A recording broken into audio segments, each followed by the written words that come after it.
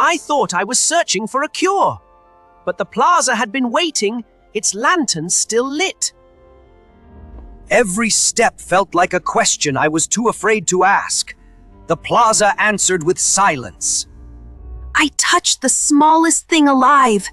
It trembled like a heartbeat under my glove. I poured the last of my healing into that tiny root. It drank like it had been waiting 1,000 years. But this place didn't need a cure. It needed someone to see it was already whole.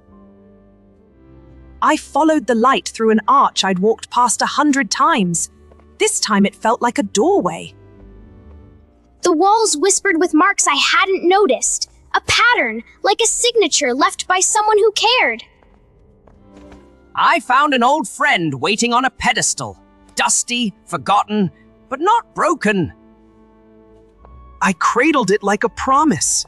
Something told me this was what I had been looking for. I brought it back to the light. The plaza seemed to hum, like it recognized what I carried. I opened its chest and found a heart of gears. A few turns, a breath, and it blinked. It chirped, a sound like a tiny bell. I laughed. I hadn't laughed in years. It took flight, painting the air with teal light. The plaza looked alive for the first time. It perched on a pillar that wore the same mark as the corridor. This place was built by someone's hands. I traced the mark. It felt like a name, a message from the one who made this world. The mark responded. Light poured from the stone, waking every lantern, every corner of this place. A door I never saw before opened in the stone. Beyond it, a warmth I had never felt. I took off my mask. There was no sickness here, only a home that had been waiting for me.